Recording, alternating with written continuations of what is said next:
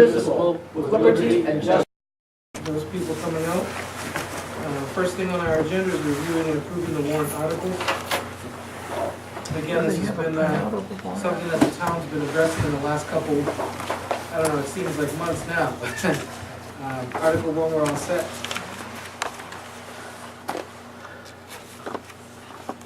2, 3, 4, 5, any issues there, Kevin? Nope, keep going up to Article 8, right? Any issues, Scott, before that, 1 through 7? No. All right, so we are on Article number 8. Well, one thing should be noted was occurred on Tuesday, if I remember correctly. Correct. We all met. The Board of Fire Engineers had asked us to get rid of the article concerning basically an amount authorized if Article 8 did not pass. Is that right? Correct. Bill? Correct. Okay, so as a result, if you see this on this draft, that article has been pulled. So the one that we're dealing with now is Article 8. Shall the town vote to raise and appropriate the sum of $450,000 for the purchase of a new fire engine to replace a 1987 Ranger fire engine and to authorize the issuance of not more than $450,000 of bonds or notes in accordance with the provisions of the Municipal Finance Act, RSA 33, to authorize the Board of Selectmen to issue and negotiate such bonds or notes to determine the rate of interest thereon. It is to note that this article, in order to pass, needs 3/5 of the vote. This was originally part of our the Board of Selectmen's budget when we first were doing it. That the Selectmen recommended this by a vote of 3-0. It was not recommended by the Budget Committee on a tie vote of 6-6, and I believe that there was one Budget Committee member not present who did not vote. No. No, 6-6 that we're all there. Phyllis Corrigan was absent that evening. Yeah, Then wasn't how do we Phil? get to 6-6? Because the chairman voted. Chairman always votes, it's 6, Yeah, we it's made 12 it members. so I vote. So Phyllis was there? Everybody was there, 6-6. Yep. Okay, Including one my error. member that shouldn't have voted. My error, 6-6. Phyllis Corrigan was present, that is accurate? Yes, 12 members, that's all there is. Yeah, in fact, the discussion used to be the chair would not vote right away because we didn't want tie votes, because tie votes loses. And then everybody, at the beginning of this year, everybody said, no, you vote right along with us, and the tie vote loses, and that's so be it. So that's why it's Phyllis wasn't there for the next meeting at the high 10 school. elected budget people, and 1 select person, and 1 school board person. Terrific. Okay, just wanted to get the facts out, so it did not get recommended by the Budget Committee on a vote of 6-6. Then there's obviously been much discussion over this article, so that's one of the issues that we have here to discuss. Can I ask one question? Please. Of Dick, actually. Yeah. So this entire budget season, you voted on all votes? Yes. Okay. All right, thank you. Yeah, and I can attest that, I believe it was either last year, Dick, or the year prior that the Budget Committee had asked you to just vote on each one. Yeah, it was. Well, it makes last year. sense to me. I'm not Was it last year? disputing. Yeah, As long what as it's happened- consistent for all proposals, that's Yeah, I've always voted on it, and the difference was, in the past, I would wait until the vote was over and then vote, and that's what we changed last year, was we want you to vote simultaneously with the rest of us. So that way we... It depressurizes your vote as well, I would imagine. I mean, it's not right to put you on the pivot. Yeah, I could easily make that, I could easily agree with that. Sure, no, I agree. Okay, so before we get too far off the subject, so here we are as a Board of Selectmen to vote or to leave the vote that was there. I guess before Kevin and I will open up for comments from ourselves, I'll give an opportunity for anyone who'd like to speak at this point from the general public. I would ask whoever is going to come up to please come up to the lectern and make sure you introduce yourself. Go ahead, Dick. I would remind everyone as Dick's coming on up to be professional, to stick to the point, to not be personal, and to make sure that we just stick to facts. And for most of us that are here, we've heard all the facts many, many times. Yeah, I was gonna say, we've all heard this, and anybody who's at the budget committee knows where I stand. I'm certainly not against the fire department. I don't support this, and the reason was it's a 9-year-old fire truck, and that's too early to be a backup, in my opinion. But one thing I did want to change, which is new, is I read the paper today, and it brought up a point I hadn't thought about before, and that is, it's going to be December until you have a new truck. So most of the maintenance work that's going to be done to keep the backup truck running as a backup is going to be done by December, in my view. And so you're really going to do a lot of the kind of things we're talking about doing prior to December, and that money's going to be spent one way or the other. So it even reinforces my position to wait a couple of years, and then where your first line engine is, say, 12 or 13 years old, then you buy a truck. Thank you. Thank you, Nick.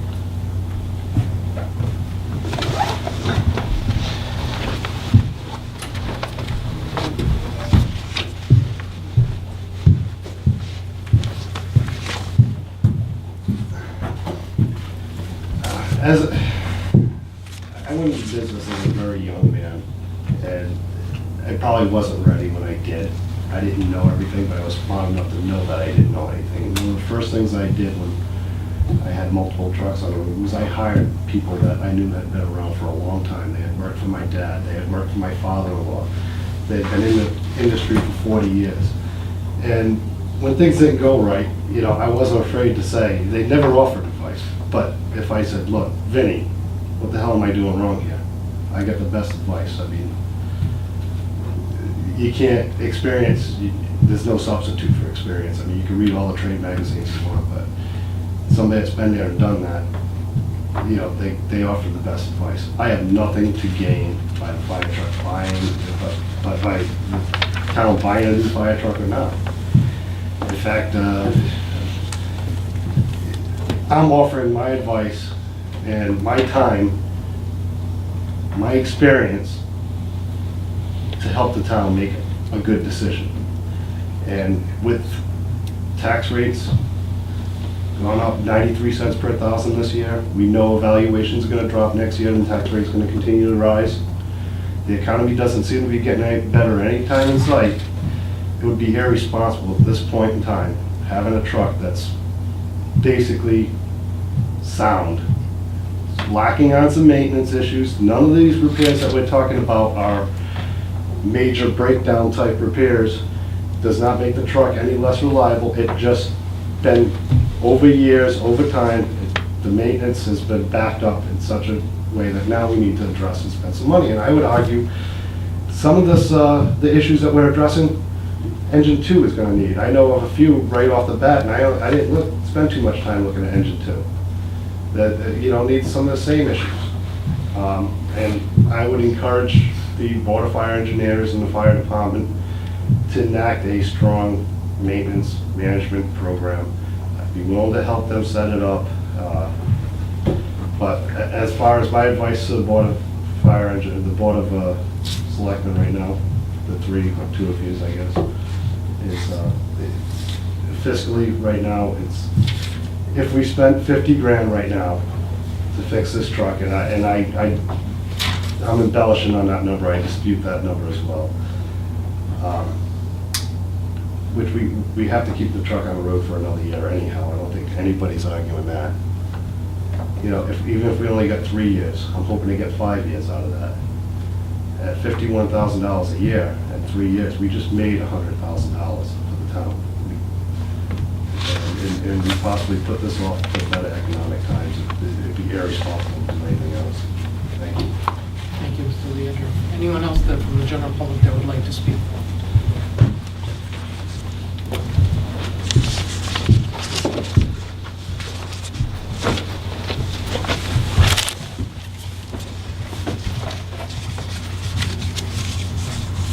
In the room, I have an opinion. Even when you're on the room, you have an opinion, Skip. Come on. Lots of them. He doesn't need to be in the room to have an opinion. That's right. That's right. Since effectively, unless the budget is changed during the deliberative sessions, I'm no longer on the budget committee. My last official act, since my term has ended, is was at the last public hearing. So I am here as a private citizen, but having been on the budget committee, having listened to all of these things, I am not in favor of purchasing a new engine at this point in time. I've been accused of having an agenda ever since joining the budget committee, and that's always been one agenda. That the rate of increase in government spending all the time should not be any higher than what the average family has. And I think that purchasing a new engine at this point is not the frugal thing to do. And I would ask that we not do that, but we do put some money into this backup engine, which during earlier testimony runs once a week. Mostly is a blocker engine, yes, it's a backup, but it doesn't get used all that much. And I think that with the experience and the talents of Pat and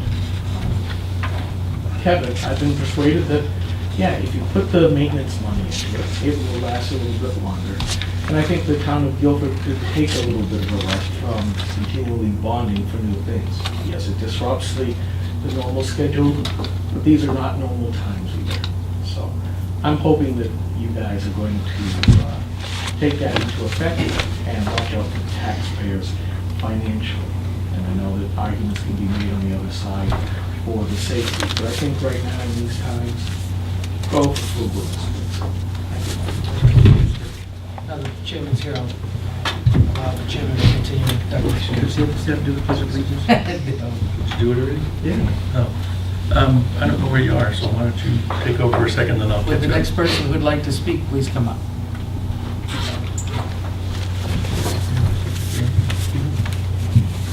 Good evening. We've been round and round on this fire truck issue, and it seems to me over the last 30 years or so, we have been on a really very regular schedule to replace equipment. And I imagine somewhere along the line, probably it was not a real need in some cases to replace when we did replace. It was just a routine and we followed it. I think the troubling thing for me is the fact that we'll have only an 8-year-old truck that's going to go downstairs and be the backup. That just doesn't seem to make a whole lot of sense to me. And I think if we put 20 or 30,000 or 40,000 or whatever it takes to keep this running in reasonable condition, that would be the fix for now. The economic times are terrible. People are having a hard time paying their taxes. Skip's right when he says that the tax rate went up 93 cents. I can't imagine it's not going to go up again next year. We've got 3 or 4 or 5 more years of this, and I think anything we can do to save and use a little common sense would probably be in order. So I hope you will vote not to support it. Thanks. Thanks, Sue. Public hearing. I agree with everything everybody has said in regards to, we certainly have gone round and round. Sue's request for you not to support it, as far as I know, the vote has been that you do support it, unless that has changed. I know that's what we have been understood all along. I don't know what more to add to the mix, because like you said, we have been round and round. Skip classifying it, and it's not personal, it's a statement that you just made. Sorry. It's basically a blocker. Obviously, it has more of a role, but you can speak to what the truck's role is, but it's not just a big blocker. You know, it's not a tackle on a football team. Any truck can be used as a blocker, as a safety, but we've gone round and round on it. We just want an opportunity for the taxpayers to take a shot at it, take a vote at it, and where the chips fall, the chips fall. And obviously, we definitely need to keep the truck in service for the next year. And we hope, and it's not a scare tactic, but we hope that we don't have any type of catastrophic failure with anything. And people have talked to how viable the truck is. I'm not threatening, but even using scare tactics to say that. But you have all the information, and we hope that the taxpayers, approve it, and we go forward, and that we may not have to come back again next year and do this again. but I think it's all been said back and forth, so I'm not going to become more redundant than I typically am. Thank you. Thank you, Bill.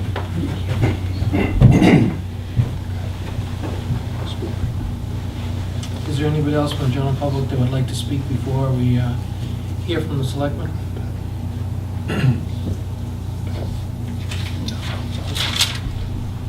I'm not saying none. Kevin, did you want to say? I do, I have a couple of comments to make. First of all, and this is just me because we've sat here now for 4 years, I'm tired of hearing that the economy is bad and getting worse. I know it's a fact, I just get tired of hearing it, so forgive me for my lack of patience on that issue. And that's not to say it's not, I'm tired of the comment. I beg to differ with Kevin's math, although I understand where you're coming from, Kev. If we put this off for a year and we only spend $50,000 and we get 3 years out of it, we aren't saving the town $100,000. We're postponing spending it because eventually we're going to have to spend the $500,000 for that truck. Yeah, but the replacement for the next truck is gonna be 3 years down. 5 years down the road. So, yes, you are actually saving it.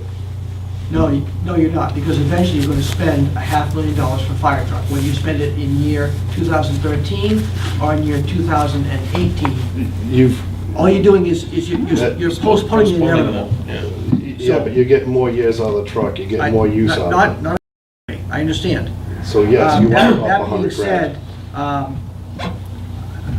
I'm cautiously optimistic that the numbers that Chief Carey has brought us for repairs and upgrades to that truck are in line.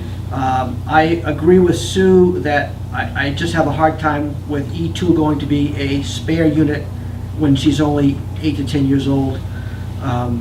If the repairs buy us 3 years, it's great. If they buy us 5 years, it's wonderful.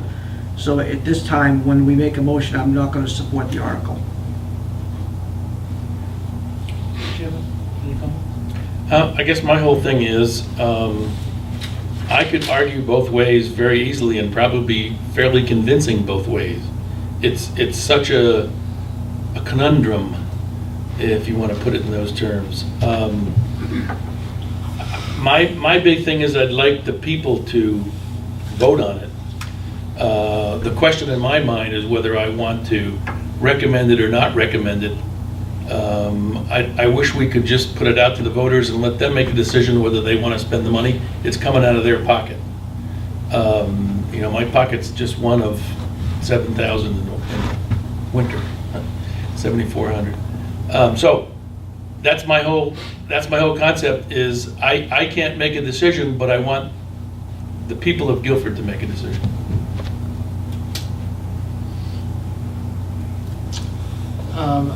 Again, too, this has, to me, this has been an extremely difficult decision. I have always supported the fire department, always. I've never voted against them in one vote in the last 4 years that I've been I guess almost 5 years that I've been a selectman, so it's been really, really difficult because I look back and forth, as we've talked about it a million times, it seems, the value of turning in on one hand, we have a 25-year-old vehicle. Do we put any more money into a 25-year-old vehicle? On the other hand, we look at it and again, we struggle and we say, how can we keep our taxes down as least as possible? What can we do to save the taxpayers and the residents of Guilford as much money as possible? What can we do? The last 5 years I've struggled and worked at looking at every single dollar for the budget for the town of Guilford. Where can we save ourselves money? What can we do? And so now we're at the point of saying, we have a 25-year-old vehicle.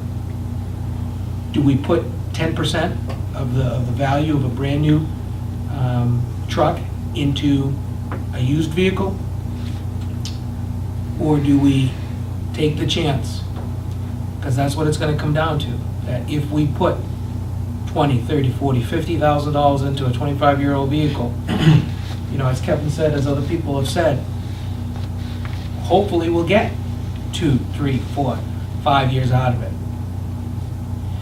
But the flip side is it's a gamble.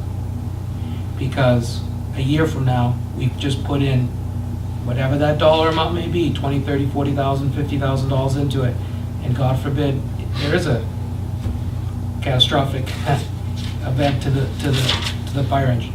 Do we hope and pray that that doesn't happen? Absolutely, we hope and pray that that doesn't happen. We take that chance every day on any of our vehicles, so I understand that. So we've gone back, I'll just speak for myself, I've gone back and forth on this issue and say, you know, what do we do in a case like this? But after much discussion, and as hard as this is for me, I can't face the voters and tell them to support a $450,000 expense. As hard as that is, because I've supported the fire department every step of the way. Big motion. So, Mr. Chairman, I'll make a motion that the Board of Selectmen does not support Article, or recommend Article 8. Any Second. further discussion? All those in favor say aye. Aye. Aye. That's the amount of money. What else? What else? Do we need to, can we discuss? The good news, it's still gonna go before the. It still goes to the voters, it's their decision. That's really what.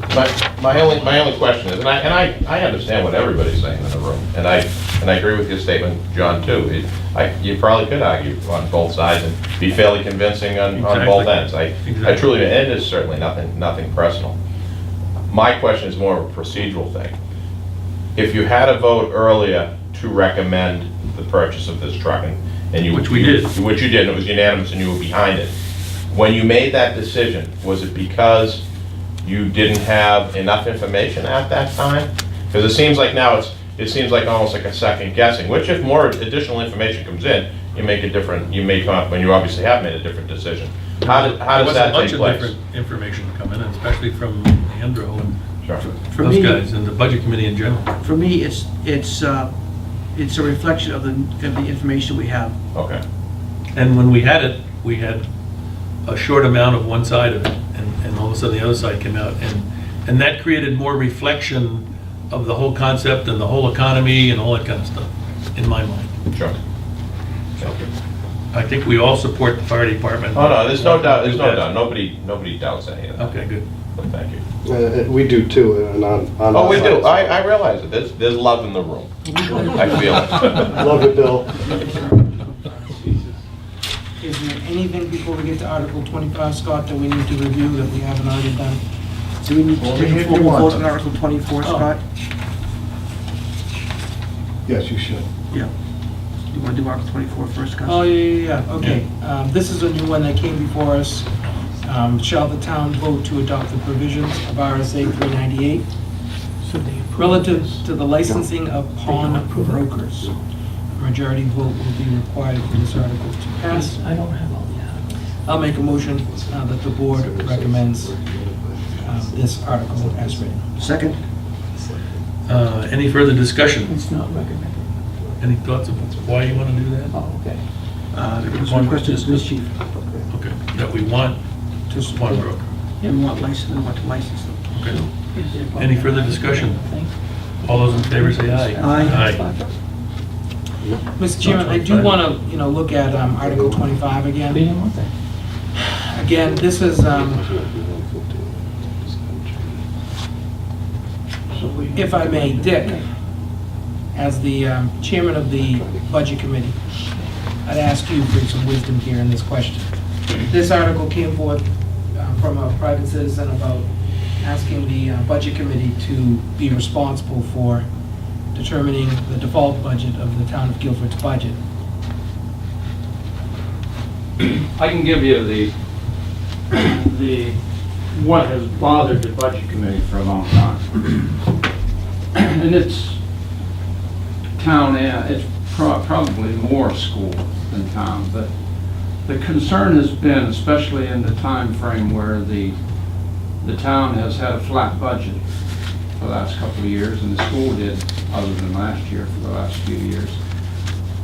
There's really never a choice, because the RSA is pretty ambiguous. It just says last year's spending minus one-time events based on and commitments. And the default budget is always higher. On the school, it's always higher by several $100,000, so there's no choice. You know, anybody that's going to vote would be foolish not to vote for the budget. And so I think what the origin of that is, and I'm not close with the person who put that in, so I'm just guessing. I think the origin is to have a consistent approach on both of them. And we get an opportunity, particularly in the school, more so than the town, to review the default budget and comment on it. We don't have any, we can't make a change to it as a budget committee, but we can criticize things they've done, and then maybe the next year it would make a difference. So I'm not sure how much of a difference it will ultimately make, but at least it gives two budgets the same review, is the only thing I think thoughts on that. Sure. Dick, I'm curious, in the last 3 or 4 years where the town budget has consistently gone down, or at least been level funded, so that the default budget would be automatically higher. It was, in the town case, it's been very little higher, you know, probably less than 100 grand. Doesn't that really show that the town is doing its job and we're financially frugal or fiscally responsible? Yes, I think it does, and I don't think, I've never heard a comment on the budget committee criticizing the town's default budget. It's always been on the school. Okay. Where it's been multiple thousands higher. Okay. And so, it really comes down to, okay, we got a budget, there's no choice, this is the budget. Because you'd be so foolish to vote it down. I guess my concern is, we have... There is an article on the school ballot too. Yeah, I understand that. We have a very good department, financial director and town administrator. We have 3 of us who are financially frugal, Right. fiscally responsible, and we have a fiscally responsible budget committee. So I myself don't see the need for this article, but that's just me. Yeah, And I can understand the thinking that why isn't the default budget lower, but when you follow the formula, it ends up being higher because we're cutting the budget every year. It's very hard for people to understand that, haven't had experience with this language and budget and stuff, so. right. Thank you, Dick, for answering my question. Dick, would you support this or no? For the town? That's a difficult one. I will definitely support it on the school side. And, you know, I could see giving it a try. But it's going to be prepared by the, it's going to be, have the same process that the budget goes through. It's going to have to be prepared by the administration, and then it'll have to be reviewed and discussed. I was going to say argued about, discussed. And you'd reach and we don't do that today. That's the only positive thing on it. We'd have to make enough time in the budget cycle to discuss that. When it's a lot easier because you'll have gone through each item on the budget.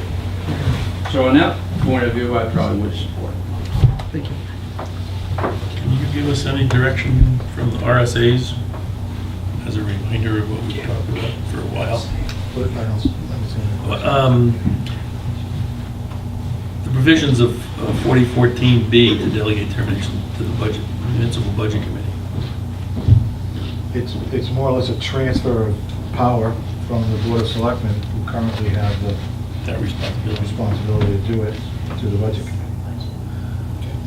Mr. Chairman, if you may, I would like to reopen this article for a vote. Okay. Mr. Chairman, I would like to vote for the board to not recommend Article 25. Making a motion to that effect. Yes, specifically Article 25 because it pertains to the town. So- Second. Any further discussion? All those in favor say aye. Aye. Any other ones? Is that over? Anything else, Council? No. As far as the signing of the warrant goes, no. Do you have copies for us to sign? I do. Do you have to change them? I have some changes to make, but the signature page will not change. So the next issue issue on our agenda, Mr. Chairman, if I may, is to discuss the audit contents of the town report. Before you do that, I would ask the board to make a motion to sign and approve the town warrant as been amended tonight. So moved. Second. Any further discussion? All those in favor say aye. Aye.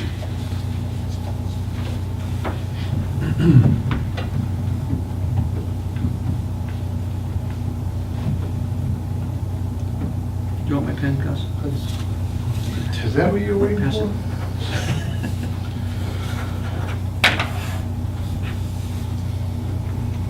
Okay, that puts that to rest.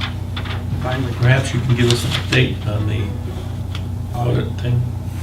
I have no update for that. Okay.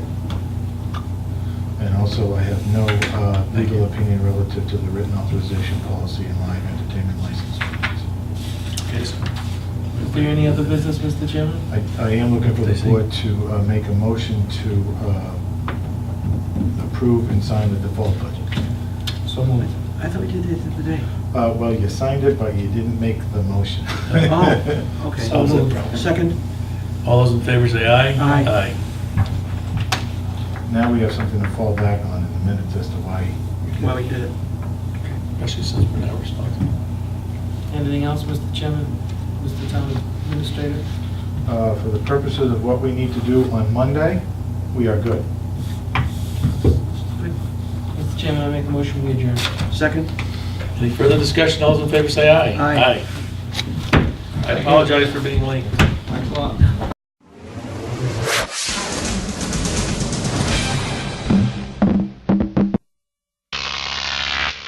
Croc TV.